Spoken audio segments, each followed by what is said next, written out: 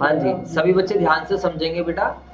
तो मैंने अभी आप लोगों को बताया गैप का मतलब generally accepted accounting principles. Basically ये वो प्रिंसिपल्स हैं, ये वो रूल्स एंड रेगुलेशंस हैं which we have to follow while doing accounting. जब हम ट्रांजेक्शन्स की रिकॉर्डिंग कर रहे हैं, रिपोर्टिंग कर रहे हैं, क्लासिफिकेशंस कर रहे हैं, प्रेजेंटेशन कर रहे हैं, तो हमें गैप को फॉलो करना पड़ता है। समझ में आया नहीं आया? अब बेसिकली क्या है, these principles are the basis of accounting. These generally accepted accounting principles refer to the rules or guidelines adapted for recording and reporting of business transactions. ठीक है, ये हो गया हमारे पास तीन तरीके की फंडामेंटल अकाउंटिंग एजम्पशंस हैं जो मैंने आप लोगों को बताया। तीन फंडामेंटल अकाउंटिंग एजम्पशन कौन कौन सी है?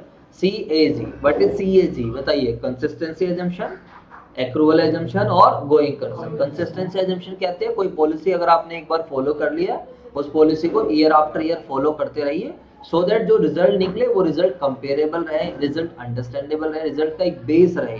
अब एक साल आपने अकाउंटिंग करी, SLM मेथड लगाया एसेट्स की अकाउंटिंग के लिए, दूसरी साल आपने फिक्स एसेट्स के लिए WDV लगाया, तो रिजल्ट्स को हम कंपेयर भी नहीं कर सकते। समझ में आई बात? ये नहीं है तो, लेकिन इसका ये बिल्कुल भी मतलब नहीं है कि अगर आपने कोई पॉलिसी एक बार फॉलो कर ली है तो आप उसको चेंज नहीं कर सकते। इस बात को हमेशा ध्यान रखना। पॉलिसी चेंज करना अलाउड है, बट चेंज कब करना अलाउड है? When change is required by law, या फिर चेंज अकाउंटिंग स्टैंडर्ड्स में लाया जाए, या फिर ऐसा लगता है कि चेंज लाने से बेटर प्रेजेंटेशन होगी। समझ में आई बात या नहीं आई बच्चों? बताओ।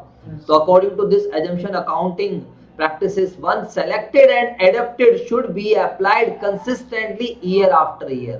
तो जो हिंदी में समझाया उसी को इंग्लिश में लिखना होता है। This will ensure a meaningful study of the performance of the business for a number of years। जैसे आप 11th में पढ़ रहे हो तो it will be better कि आप 12th में हमें कंटिन्यू करते हो। रीजन भी क्योंकि मैं उसी एक कनेक्शन से पढ़ाऊंगा। आप लोग फटाफट फटाफट चीजें क्या करते हो, चले जाओगे, कैच करते चले। अब मान लो आप फर्स्ट टर्म कहीं पढ़ रहे हो, सेकंड टर्म कहीं पढ़ रहे हो, तो जब सेकंड टर्म वाले टीचर कहेगा भाई मुझे तो मतलब ही नहीं इसने क्या ही पढ़ा है फर्स्ट टर्म में, बात आई समझ? नहीं है। अब जहां पर मैं बता रहा हूं, मान लो मैं बोलूंगा एसेट्स के बैलेंस, डेबिट, एक्सपेंस, तो तुम्हें पता है ये सब चीजें ऐसे, क्या पता किसी का दूसरा तरीका रहे, तो वो चीजें क्या होती है, एक्सेप्ट करने में टाइम लगता है। तो यहाँ पर क्या एक मीनिंगफुल स्टडी होती है।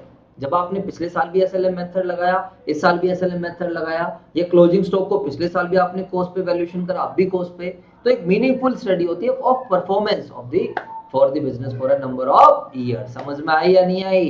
इधर देख लो, वही वाली लाइन सारी लिखी है यहाँ पर।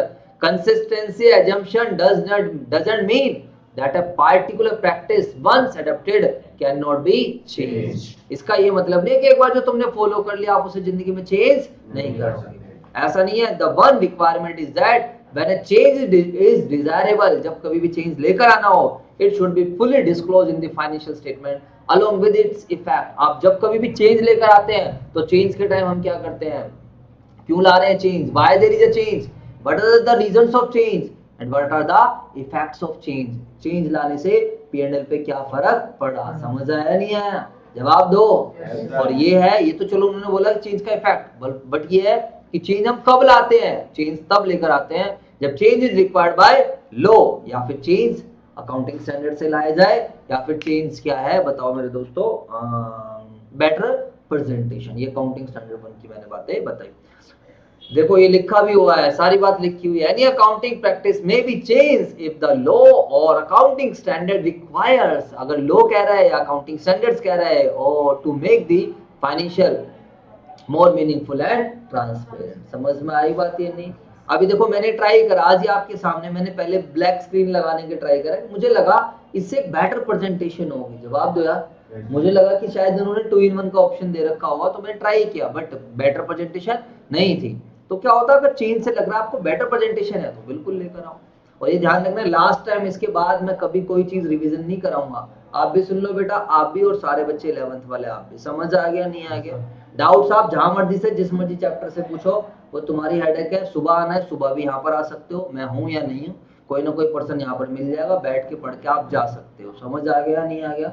जब तक पेपर है खुद के एफर्ट्स डालिए, rather than relying on me, मेरे ऊपर रिलाई करने से या मेरे ऊपर डिपेंड करने से ऐसा कोई बेनिफिट। एक बार सिलेबस करा दिया, आप दूसरी बार हो जाएगा फिर बोलोगे तीसरी बार कराओ, तीसरी बार हो जाएगा फिर बोलोगे चौथी बार कराओ। और YouTube पे सारी वीडियोस अवेलेबल है, 1.5 की स्पीड पे जाकर भी आप देख सकते हो। जर्नल नहीं आ रही है, लेजर नहीं आ रहे हैं, जर्नल लेजर ट्रायल बैलेंस तक मैंने आपको ऑलमोस्ट वीडियोस ओपन रखी हुई है। ठीक है मेरे दोस्तों? It helps the management in decision making by removing the personal biasness हो गए, बेसनेस तो गलत है, and utilizing the comparable financial. अब आप एक जब रिजल्ट एक जैसा रखोगे तो आप कंपेयर कर सकते हो। समझ में आया नहीं है?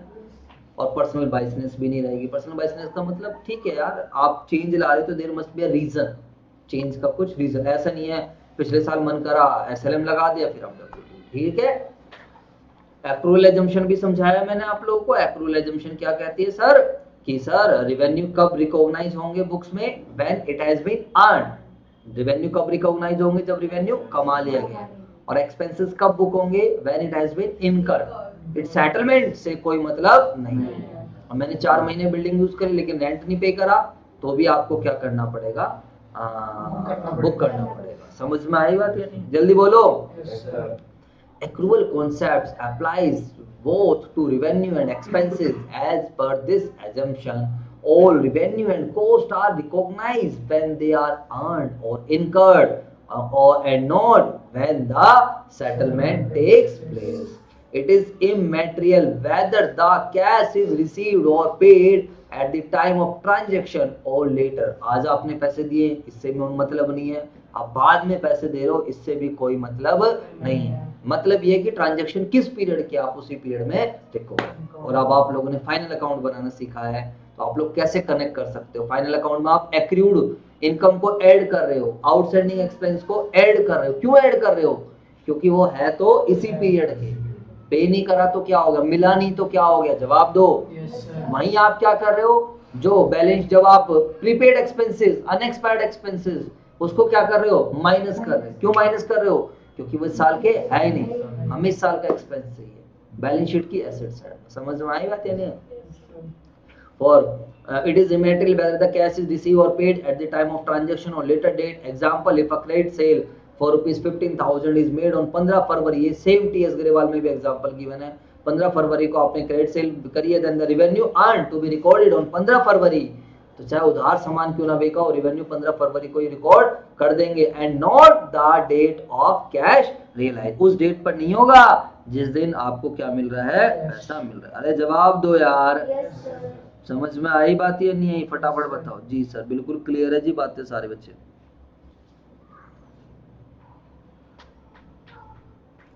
ये राखी सावंत क्या करती रहती है भाई साहब? कोई शादी वादी करी नहीं सिंह दोबारा?